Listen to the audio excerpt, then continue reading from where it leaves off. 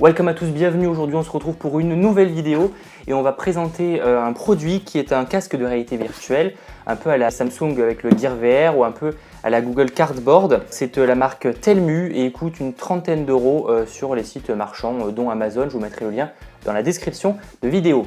Donc comme vous l'avez vu, je viens de le recevoir, j'ai pas pu le tester, ça ne sera pas vraiment un test, mais vraiment on va l'ouvrir ensemble, voir un peu ce qu'il y a et voir de quelle qualité il est. Si vous voulez une vidéo beaucoup plus détaillée sur quels sont les jeux disponibles sur Google Cardboard, comment on l'utilise, etc., n'hésitez pas à me dire en commentaire et je vous ferai une vidéo beaucoup plus détaillée sur ce casque. Donc on va l'ouvrir. Niveau packaging, je trouve plutôt joli. Voilà, j'avais testé une enceinte récemment là, dans la vidéo qui va s'afficher juste ici, qui était vraiment un peu dans le même design, un peu cet effet carton, mais en tout cas il est très joli. Donc voilà, on va l'ouvrir. Très simple. Alors attendez, comment ça s'ouvre? Voilà, ça s'ouvre et on tombe là-dessus. Donc on a le casque tout blanc, voilà, il est existant en deux coloris, en blanc et en noir. J'ai choisi blanc. Bon voilà, dans le carton, sinon il n'y a rien d'autre, hein, voilà, il est juste très protégé et il y a une notice, voilà, avec, ah ça c'est cool, la peau de chamois pour nettoyer les lentilles. Et tout d'abord, à noter qu'il est très imposant. Et pourquoi je vous dis qu'il est très imposant? C'est que si vous l'avez peut-être vu, j'ai déjà fait une vidéo sur un autre Google Cardboard il y a quelques mois, voire même un an. Et il n'était pas du tout dans ce style-là. Bon, du coup, c'est pour ça que je voulais refaire une vidéo, c'est qu'il a pas mal évolué depuis. Je vous le montre vite fait, c'était ce casque-là. Voilà, donc il a pas mal évolué, hein, clairement. Là, c'était un petit casque, il n'était pas très confortable, il y avait un petit bout en caoutchouc qui protège, enfin vraiment le truc minable. Là, en tout cas, le casque m'a l'air très costaud. Et c'est le cas, il m'a l'air surtout très imposant. On va l'ouvrir. Alors, j'ai pas pu tester le Samsung Gear VR, donc je pourrais pas vous dire s'il est mieux ou moins bien. En revanche, là, ça a l'air plutôt sympa. Il y a la mousse qui m'a l'air de bonne qualité et qui, je pense, résistera, qui nous fera pas trop mal au visage. Il nous fera pas trop mal au visage, donc ça, c'est un bon point. En revanche, je pense que ça va être une matière qui, s'il fait chaud, va vite nous faire transpirer et ça risque d'être un petit peu désagréable, mais malheureusement, je pense pas qu'il y ait trop de solutions là-dessus. Il est super léger. Ce qui est fou, c'est par exemple, contrairement à ce casque-là, il est plus léger alors qu'il est plus petit. Donc bon, comme quoi, il y a les sangles qui me semblent bien résistantes et qui donc, grâce à des scratchs, vont pouvoir se régler à votre taille de crâne.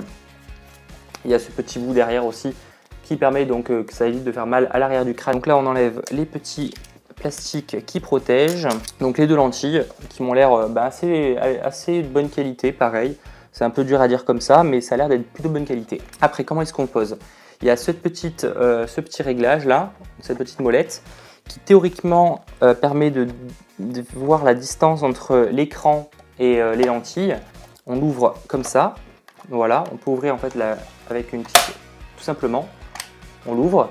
Là, on a une petite mousse qui va permettre de protéger le téléphone. On va mettre le téléphone ici.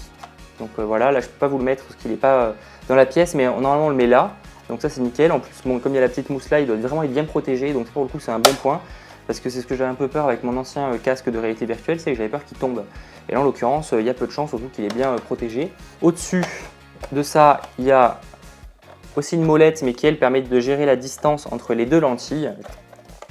Voilà, comme ça. On peut bien gérer la distance. Et ça, c'est plutôt cool. Après, bon, il y a l'endroit pour le nez qui me semble un petit peu...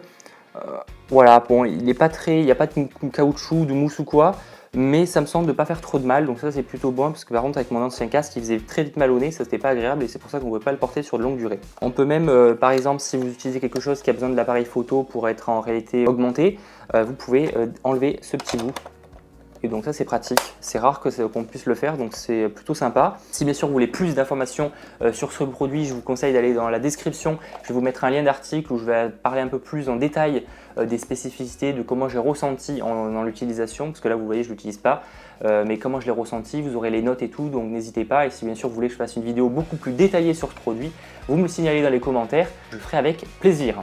On se retrouve donc très prochainement pour une nouvelle vidéo sur la chaîne du Geek.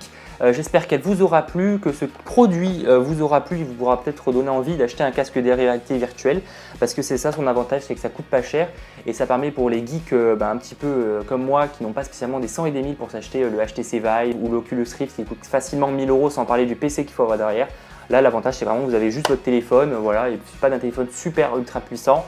Un téléphone classique suffit, ça coûte une trentaine d'euros, vous en avez même pour moins cher Après voilà, c'est le problème, c'est que la plupart vont être un peu bas de gamme. Elles risquent de faire vite mal si vous le portez très longtemps. En l'occurrence, je pense que ça ne sera pas le cas avec ce produit, surtout qu'il est ultra léger. Alors après, il n'y a pas encore le téléphone dedans, c'est sûr. Mais bon, en tout cas, elle a le mérite d'être ultra léger. N'hésitez pas à vous abonner à la chaîne donc pour suivre les prochaines vidéos. Surtout, j'ai une nouvelle émission qui va bientôt débarquer où je vais tester de petites applications mobiles. Vous allez voir, ça va être très sympa. Bien sûr, pour me suivre, les réseaux sociaux en bas dans la description de vidéo. À bientôt, tchuss!